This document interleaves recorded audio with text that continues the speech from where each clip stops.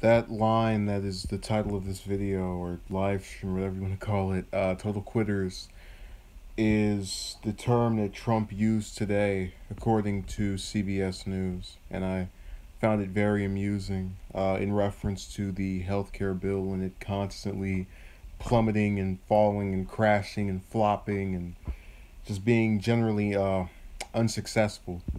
Now, what I found very amusing is that when I was kind of sitting here to myself and observing things, I thought, that term could be applied to so much else in life. You have people who will just throw in the towel on things. And I've done that sometimes where I'll start writing a book and I'll just say, all right, well, forget it. This is never going to get anywhere.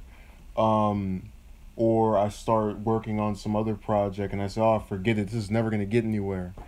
And that's happened more times than I can count.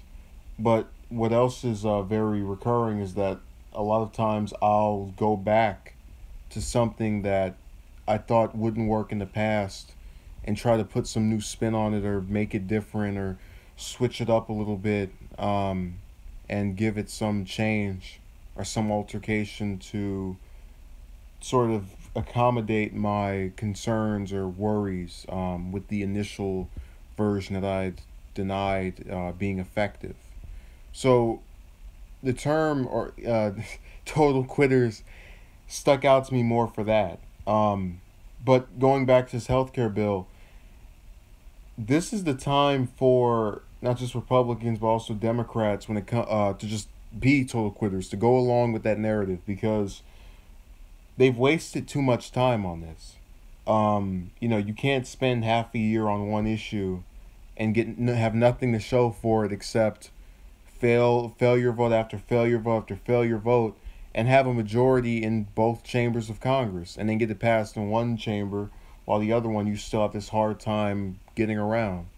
And this kind of goes back to the idea that your politicians don't care about you that I've stated repeatedly except for maybe out of all the members of Congress and what's that 535 or some other number, I'd say about 4 or 5 or 6, two senators and a small portion of congressmen. But nonetheless, think about it. If Trump really cared about the health care, because I have a lot of his supporters who will tell me, oh, he cares, then why doesn't he just say, all right, well, let's go meet with all the Democrats and have them come in here, and by the end of this, we're going to have a vote on this bill and improve the quality of it? Because think about it, if he tried to, sway, let's say, Sanders and Warren, that would be the two votes that the Democrats, even if they didn't, if only those two switched over, which I'm guessing that if they did, some others would as well, he would have enough to pass with all the Republicans voting for it. Now, after some of the Republicans start, going out of it, then you can go and get more Democrats and more Democrats. You get a majority, and you go from there. It's not hard to do that. It's called negotiating. It's called interacting with others. It's called compromise, and it's been done before. So I have such a hard time tolerating, the attitude of, oh, let's just keep doing this, let's keep doing this, let's try again, let's try it again. No, you've tried again, you tried before, and it failed both times.